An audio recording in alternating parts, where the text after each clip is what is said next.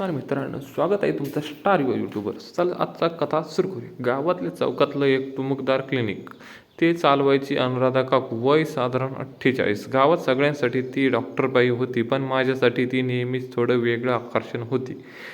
तिचं व्यक्तिमत्व तडफदार, सावळापण, चमकदार रंग, उंच बांधा, चालताना साडीचा पल्ला अंगावर घट्ट पडलेला. गावकरी म्हणायचे तिचा नवरा परदेशात आहे म्हणून ती इतकी कणखर दिसते.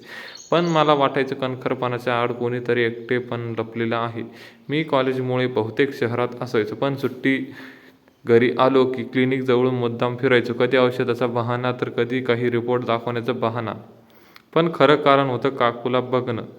एकदा तिने विचारलं, इतका वेळ इकडे येतोस, खरं काही त्रास आहे की बहाणा? मी हसत म्हणालो, कधी कधी खरं त्रास होतो आणि कधी कधी फक्त तुम्हाला भेटण्याची इच्छा होती. ती थोडी थांबली, भुवया उंचावल्या. मी डॉक्टर आहे, भेटायची इच्छा ठेवायची बाई नाही. मी लगेच हसत निघून गेलो, पण तिच्या डोळ्यातील थोडासा हललेला भाव माझ्या मनात घर करून गेला. त्यानंतर काही दिवस मी क्लिनिकमध्ये न गेल्यावरती स्वतः चौकात भेटली. काय झालं, तब्येत सुधारली की पूर्ण बरा झाला? ती थोड्या तुर्तासीने म्हणाली. मी हसून उत्तर दिलं, तब्येत काही झालीच नाही, पण एवढे दिवस भेटलो नाही म्हणून आज तब्येत जड वाटली. तिने डोळे मोठे करून पाहिलं आणि मग नाईलाजाने हलकसं हसली.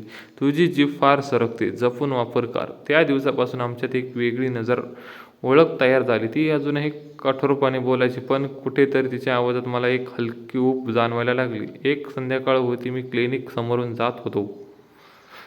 दुकाने बंद होती, लोक आपापल्या घराकडे निघत होते. क्लिनिकमध्ये मात्र अजून दिवा लागलेला होता. माझं मन म्हणालं, चला पाहूया आज तरी भेटते का काकू. दरवाजा उघडून आत गेलो तर दृश्य पाहून थांबलंच. अनुराधा काकू खुर्चीवर बसलेल्या, हातात कपाळ धरलेलं, डोळे मिटलेले, चेहऱ्यावर थकवीची रेषा, कपाळावर घाम. आणि मी घाबरत विचारलं, काकू काय झालं, तब्येत बिघडली काय?